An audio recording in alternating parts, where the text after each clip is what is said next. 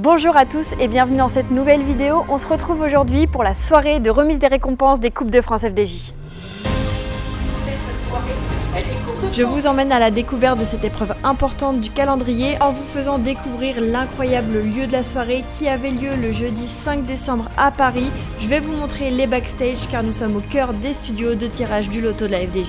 Je vais évidemment vous parler des différents prix qui ont été remis pendant la soirée, mais on va surtout parler spécifiquement de cyclisme féminin et de l'importance de cette compétition pour les coureuses professionnelles avec Jade Viel, mais aussi de l'opportunité que ça représente pour les amatrices. Alors c'est parti pour vivre cette soirée co-organisée par la FDJ, la FFC et la LNC. Il y avait pas mal de beau monde présent, alors j'espère que cette vidéo va vous plaire. Mais avant, un petit peu de contexte et je vais vous expliquer le fonctionnement de ces Coupes de France. Mathilde Dupré, je suis cadre technique national à la Fédération française de cyclisme. La Coupe de France FDJ, c'est en fait rassembler l'ensemble des épreuves du calendrier international français et puis pouvoir faire un classement général sur l'ensemble de ces épreuves-là qui sont déjà inscrites au calendrier international. Point majeur de distinction, c'est que la Coupe de France Élite Pro Femmes est gérée par la Fédération française de cyclisme, alors que la Coupe de France Hommes est plutôt gérée par la Ligue nationale, la LNC de cyclisme. Il y a à la fois des courses en ligne, à la fois des courses à étapes aussi, des parcours variés pour sprinteurs, pour grimpeurs. Il y a aussi donc des courses de renom qui sont aussi inscrites au calendrier international hommes. C'est aussi une plus-value pour la Coupe de France Femmes puisque on arrive à joindre à la fois les hommes et les femmes sur une même épreuve, donc c'est ce qui fait aussi la notoriété de cette épreuve. Et pour cette soirée, je me suis rendue à Paris car la cérémonie a lieu dans les studios de la Française de Jeux. Je vous emmène faire une petite visite.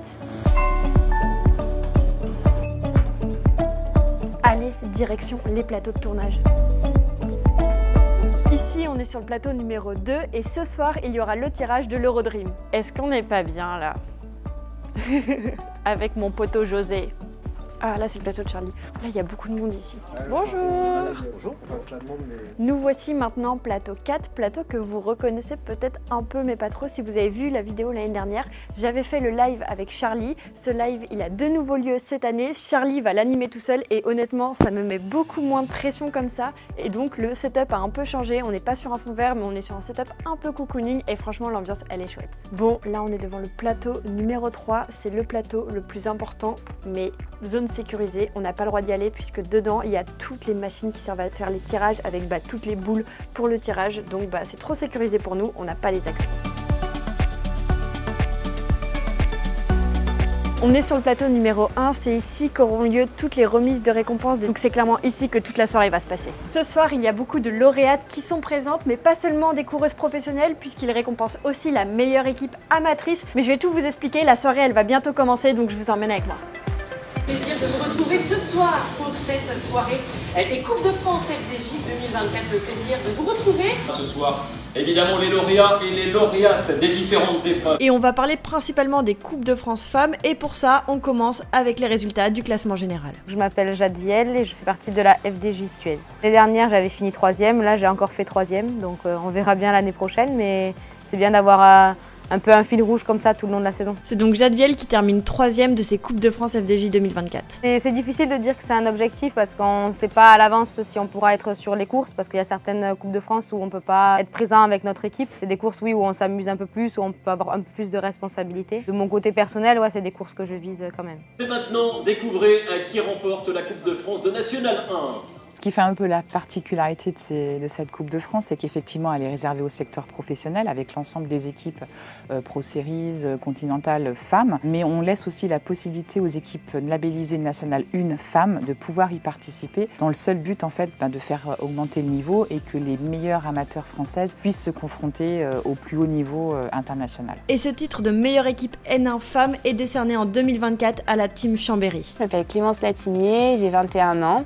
Je fais partie du team féminin Chambéry Cyclisme Compétition. Sur la première Coupe de France, c'était à Chambéry. C'était une compétition qui nous tenait à cœur et j'avais pu terminer 16e. C'était une première Coupe de France FDJ pour moi, donc c'était un super beau résultat. Je pense que c'est vraiment une bonne chose de pouvoir avoir ces courses-là pour elles, parce que moi, quand j'étais amatrice, justement, il n'y avait pas de Coupe de France comme ça où on pouvait comparer et courir contre les autres équipes professionnelles. Je pense que c'est aussi bien pour elles, pour pouvoir se montrer, pour ces filles qui veulent espérer passer au niveau supérieur. C'est des courses que j'affectionne beaucoup parce que justement je trouve que ça nous tire vers le haut. Ça nous pousse à essayer de se frotter aux professionnels, d'essayer de jouer un peu à l'avant. Forcément quand on part Au départ de ces courses, on a toujours un peu d'appréhension parce que forcément, c'est des plus gros pelotons, c'est des courses qui sont plus longues, ça frotte plus aussi. Je trouve que c'est aussi une opportunité pour nous donner un peu la possibilité de voir comment ça se passe au niveau professionnel, de pouvoir aussi nous démarquer, de nous faire prendre de la visibilité et puis aussi de nous prouver qu'on est capable de se frotter au niveau professionnel. Ça nous donne de la confiance. C'est des genres de courses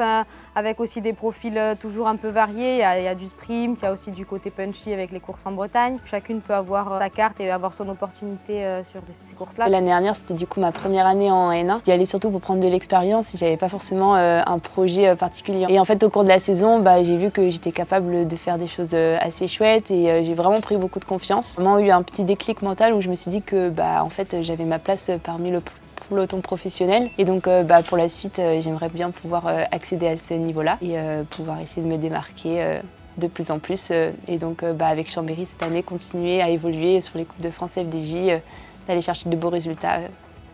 Et pendant la soirée, on a donc Charlie qui est en train de faire un live, en train d'accueillir un max d'invités, de coureurs, de managers sur son plateau pour pouvoir les interviewer. Et parmi ces invités, il a fait venir LTDG, Antoine et Grégoire sur son plateau pour parler vélo car ils étaient également présents à la soirée. Et durant la soirée, il y a plein d'autres prix qui ont été remis, comme le classement général des hommes, avec 3 Françaises sur le podium, Benoît Cosnefroy, Paul Lapera et Clément Venturini. Il y a également eu le prix de la meilleure équipe femme professionnelle et la meilleure équipe homme professionnelle, et aussi des prix comme celui de meilleur jeune pour finir enfin avec le prix du challenge recyclisme que Mathilde va vous expliquer. Alors ce challenge donc effectivement qui est mis en place par la FDJ, c'est plutôt pour amener les organisateurs sur une démarche RSE, prendre en compte un petit peu tout ce qui gravite autour d'une organisation, sur des exemples sur les économies d'énergie, sur l'écologie de façon générale, parce que c'est un sujet qui est important et un sujet de société aujourd'hui. Donc en fait c'est plutôt inciter les organisateurs à aller vers cette démarche-là d'accessibilité, etc. Et c'est pourquoi effectivement